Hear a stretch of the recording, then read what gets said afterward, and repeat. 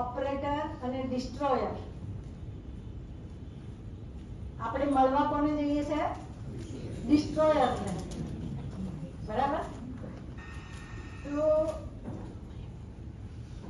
Mount Kailash એ એમનું ઘર છે, પરિવાર સાથે ત્યાં રહે છે.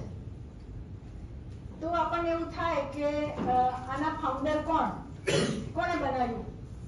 આખું હિસ્ટ્રી છે, મેં આ બુકમાં લખેલું છે, તમે વાંચશો તો તમને ખબર પડશે. એની અત્યારે બહુ ડિસ્કસ આપણે નહીં કરીએ, પણ સૃષ્ટિના રચયિતા કોણ છે? યસ, વિશ્વકર્મા. તો કૈલાસ પર્વતની રચના કોણે કરી? ભગવાન વિશ્વકર્માએ. તો જે ફાઉન્ડર હોય એની પણ જય બોલાવી પડે ને એકવાર. બોલો વિશ્વકર્મા ભગવાન કી જય. હવે કાર્યની શરૂઆત થાય.